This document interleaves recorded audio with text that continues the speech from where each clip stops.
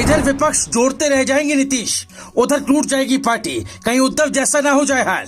BJP के संपर्क में हैं सारे सांसद। 2024 चुनाव से पहले पार्टी हो जाएगी खत्म, होगा बड़ा खेला। चाणक्य ने नीतीश के 2 करीबियों को दिया ऑपरेशन लोटस का जिम्मा, तेजस्वी भी देंगे साथ। इधर नीतीश कुमार विपक्ष को एकजुट करने के लिए दिल्ली कोलकाता के चक्कर लगा रहे हैं, उधर पटना में उनके सियासी अंत की पटकथा लिखी जा रही है। जब तक नीतीश सपने से जागेंगे तब तक कहीं ऐसा ना हो उद्धव ठाकरे जैसा हाल हो जाए, न झंडा रहे न डंडा और कुर्सी हो जाए कोसों दूर। बीजेपी के चाणक्य ने नीतीश कुमार के ही 2 सबसे करीबियों को जेडीयू से सांसद लाकर पार्टी तोड़ने की जिम्मेदारी दी है। उपेंद्र कुशवाहा तो दावा करते हैं कि सारे सांसद उनके संपर्क में। उनके इस दावे को ये कहकर हवाई नहीं बताया जा सकता कि अब उन्होंने पार्टी छोड़ दी है, तो बोलेंगे ही। इस बात में दम इसलिए भी है क्योंकि जिस नाव पर इस वक्त नीतीश सवार हैं और राज्य वाली नदी पार कर रहे हैं, वो लोकसभा के समुद्र को पार नहीं कर सकती। खुद उनके नेताओं को लगता है कि नाव चलाने वाला कभी भी उसमें छेद कर सकता है। आप पिछले 2 लोकसभा चुनाव में जेडीयू का प्रदर्शन देख लीजिए और फिर खुद फैसला कीजिए कि क्या वाकई नीतीश कुमार का पीएम मोदी को टक्कर देने के लिए ललकारना बनता है या नहीं। 2014 के लोकसभा चुनाव में जेडीयू मैदान में आई और 38 सीटों पर चुनाव लड़ा। इस चुनाव में नीतीश की पार्टी को मात्र 2 सीटें मिली। तब भी नीतीश पीएम मोदी को टक्कर देने निकले थे। फिर उनकी समझ में बात आ गई और 2019 का लोकसभा चुनाव बीजेपी के साथ मिलकर लड़ा।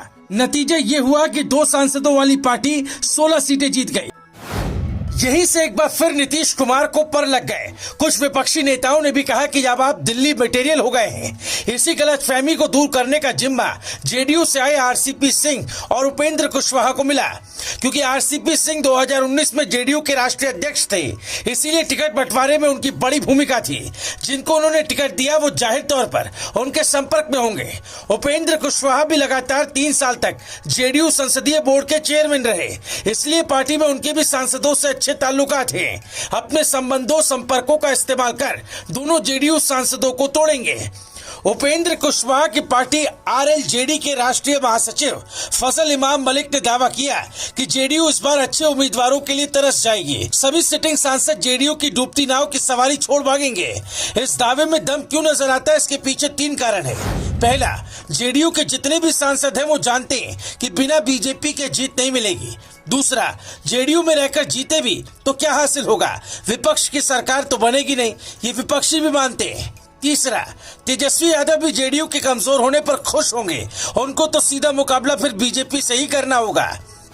तो अगर आरजेडी खेमे को लगा कि जेडीयू कमजोर हो रही है तो वो और ज्यादा जोर लगाएगी। आरजेडी के कई नेता तो खुलकर नीतीश के खिलाफ बोलते हैं। नीतीश कुमार पहले कांग्रेस अध्यक्ष मल्लिकार्जुन खड़गे और राहुल गांधी से मिले थे, अब वो नेताओं से मिल रहे हैं जो कांग्रेस से अलग चल रहे हैं। इनमें अखिलेश यादव और ममता बनर्जी शामिल है। केसीआर से भी नीतीश कुमार कई बार बात कर चुके हैं, लेकिन घुमा फिरा कर सुई वहीं आकर अटक जाती है कि मान लीजिए ये सब हो भी गया तो क्या विपक्ष नीतीश कुमार को अपना नेता मानेगा, जिनके बिहार में कोई ठिकाना नजर नहीं आता।